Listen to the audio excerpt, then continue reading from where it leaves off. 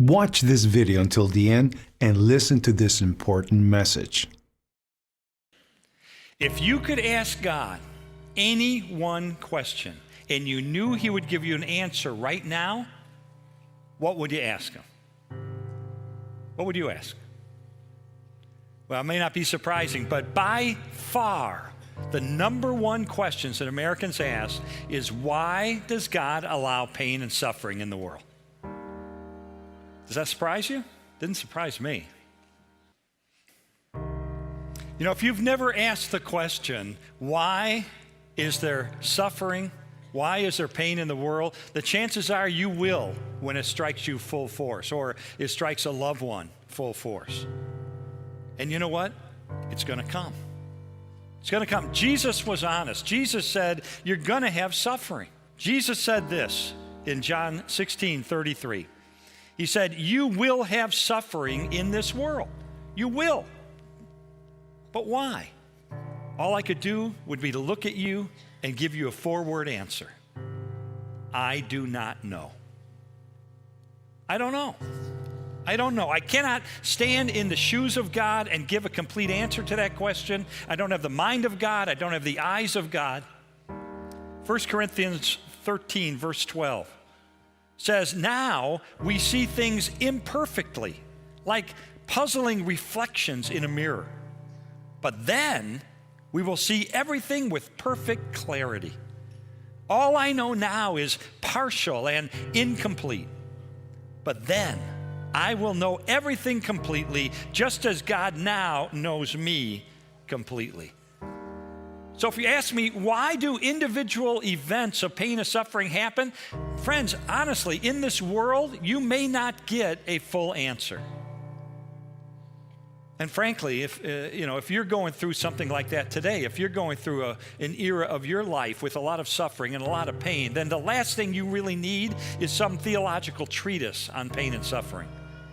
Because no amount of words are going to be sufficient for you. It's always going to sound trite when you're in the middle of suffering. What you need is the very real presence of Jesus Christ in your life. But having said that, and this is equally important, even though we can't understand everything about why we suffer, there are some things that we can know. Even though suffering is not good, God can use it to accomplish good. Now, you might hear that and you say, well, no, wait a second. Hold on. Let's not skim over that. I've gone through some horrific suffering in my life. I've gone through some awful pain in my life. And honestly, I don't think that God, even God, can find any good to emerge from the suffering that I've gone through. Friends, if that's the way you feel today, let me just remind you of one thing. And that is that God is so powerful and so good that he was able to take the worst possible thing that could ever happen in the history of the universe, which is deicide, the death of the Son of the God on a cross. He was able to take the worst thing that could ever happen and turn it into the best thing that has ever happened, which is the opening of heaven to all who follow him. And so you have to say to yourself, if God can take the worst possible thing that could ever occur and turn it into the best possible thing that could ever occur, could he not take my pain and my suffering and cause good to emerge? And the answer is, of course he can. Yes, he can, and he will. He will. He would use your suffering perhaps to draw you into a deeper and more intimate relationship with him. He may cause your suffering to point other people to salvation through Christ. He may use it to mold and to shape your character in ways that never could have been shaped had you not gone through that experience. There are a myriad number of ways that God can and he will cause good to emerge from your suffering if you are committed to following him. We decide whether we're going to turn bitter or turn to God for peace and courage. We make that decision when tough times come. We're going to turn bitter Or are we going to turn to God and receive peace and courage? We've all seen examples in our lives of how the same kind of suffering has a completely different effect on two different people. Some people become angry and bitter and turn inward because of the suffering they've gone through. And yet somebody else can go through the same kind of suffering and they come closer to God and closer to people and more loving and more tender. In other words, someone can lose a child to a drunk driver and turn inward with rage and bitterness for the rest of their life. But someone else has a child lost to a drunk driver and they go out and they start Mothers Against Drunk Driving. One philosopher said this to me. He said, Lee, I believe all suffering is at least potential good, an opportunity for good. He said, it's up to our free choice to actualize that potential. He said, not all of us benefit from suffering and learn from it because it's up to us. It's up to our free will. So we make the choice. Are we going to run away from God or are we going to run to God? So let me finish that quote that I started this message with, because I only quoted part of this verse, John 16:33. I want to put it into context now. The entire verse says this: I have told you these things so that in me you may have peace. You will have suffering in this world, but be courageous. I have conquered the world. In other words, he offers us in the midst of our suffering the two very things we need the most. He offers us peace for the present and courage for the future. How? Because he's conquered the world. Because through his own suffering and through his death, he has deprived the world of having ultimate power over you. Suffering does not have the last word anymore. Pain does not have the last word anymore. God has the last word. Jesus is the last word. You see, God's ultimate answer to suffering is not just an explanation, it is the incarnation. Suffering is a personal problem. Therefore, God sent a personal solution in Jesus Christ.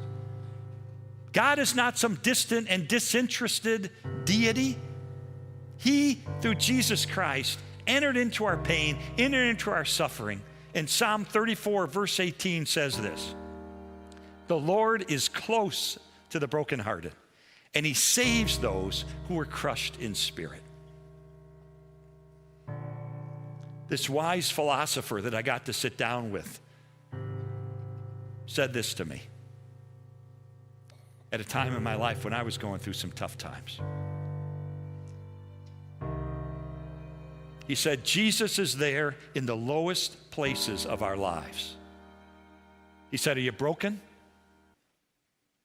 Jesus was broken like bread for you. Are you despised? Jesus was despised and rejected of men. You cry out that you can't take it anymore? Jesus was a man of sorrows and acquainted with grief. Did someone betray you?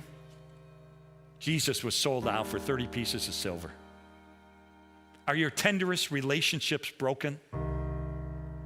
Jesus loved and he was rejected.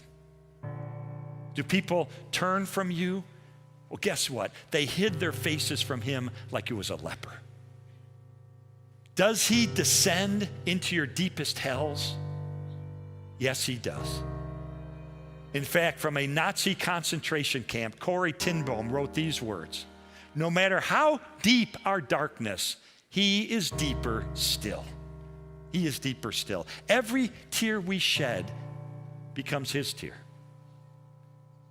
And then the wise man said this to me. He said, it's not like God just sympathizes with you like a close friend would.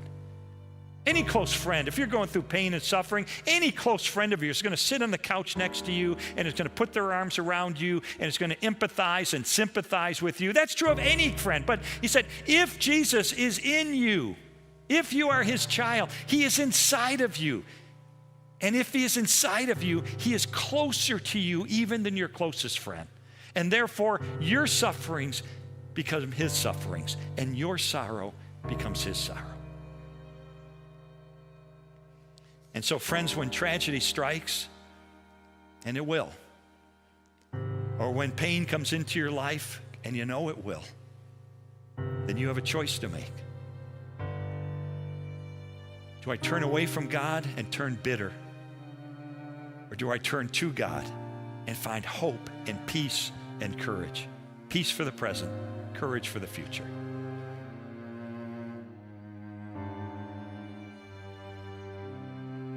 Type Amen if you believe in miracles. Watch this important message right now.